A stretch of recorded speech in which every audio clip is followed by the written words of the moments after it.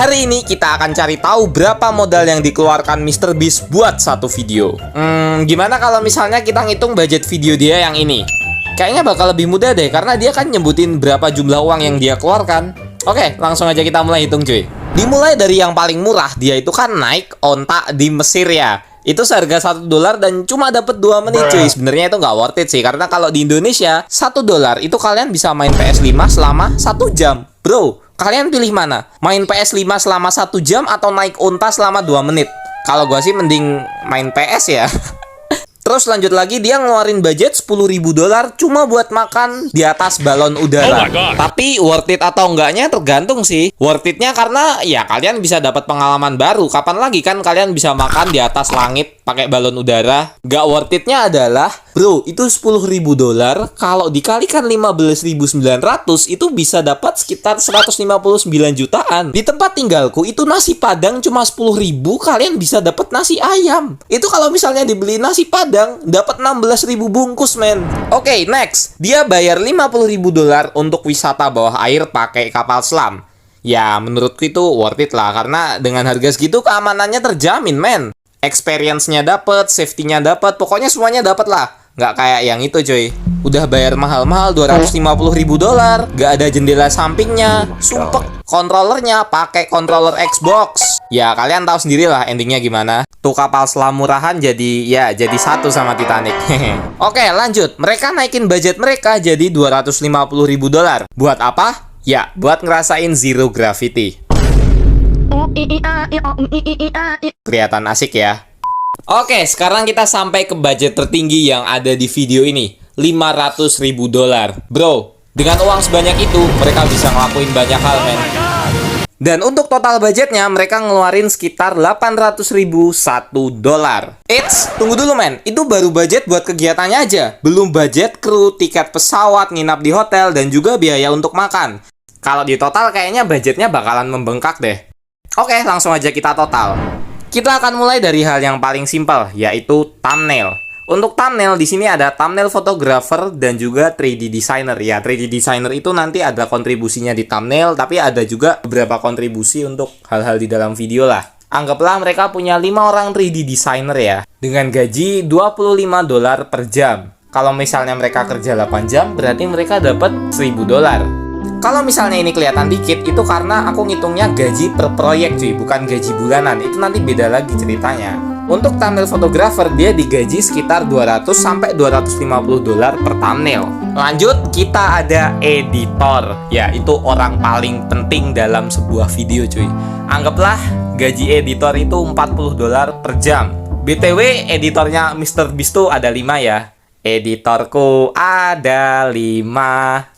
40 kali 5 berapa cuy? 200 ya? $200 per jam berarti totalnya. Ngedit video kayak gitu dengan kualitas sebagus itu kayaknya perlu 30 jam nggak sih? Berarti total mereka dibayar sebanyak $6.000 per 30 jam. Oke, masalah gaji editor selesai. Sekarang saatnya kita ngitung gaji kameramen cuy.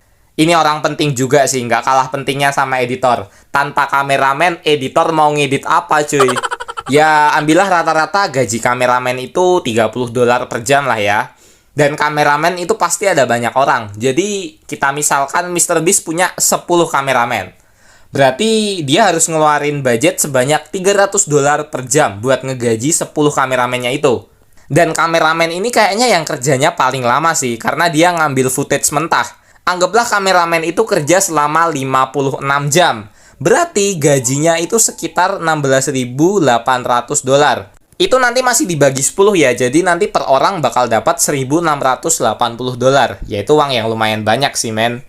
Tapi ya kerja jadi kameramen enak lah, karena kan keselamatannya selalu terjamin. Soalnya kameramen selalu selamat. Hehehe. Oke, saatnya kita ngitung gaji kru terakhir, yaitu translator. Mereka itu orang yang berperan menerjemahkan video MrBeast ke 16 bahasa berbeda cuy. Ya, translator ini dengan skill berbahasa mereka, harusnya mereka digaji sekitar $40 per jam lah ya. Biasanya untuk translator mereka bisa punya kru sampai 12 orang tiap bahasanya. Dan karena ini diterjemahin sampai 16 bahasa, itu berarti tinggal 12 orang dikali 16 terus dikali 40. Dan kalau misalnya mereka kerja selama 6 jam, itu berarti MrBeast harus ngeluarin uang sebanyak 46.080 dolar. Wow, aku nggak expect men kalau gaji translator bakal menguras dompet banget. Oke, selesai ngitung biaya kru, saatnya kita ngitung biaya akomodasi tiket pesawat. Di sini gue ambil rata-rata tiket pesawat itu sekitar 150.000 dolar sampai 225.000 dolar. Ya itu cukup lah buat nerbangin MrBeast sama temen-temennya plus kameramen. Dan untuk biaya makanan sama biaya hotel, kalau mereka bisa hemat, harusnya mereka cuma keluar biaya sekitar 80.000 dolar lah ya. Anggaplah mereka makan ya nasi padang gitu sama nginep di hotel bintang 3, ya awet sih uang mereka.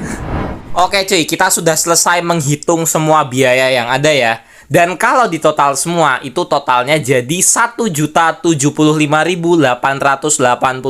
dolar. Men, itu uang banyak banget bro, untuk budget video. Tapi ya worth it sih, soalnya MrBeast gajinya sebulan itu bisa dapat 7 juta dolar lah.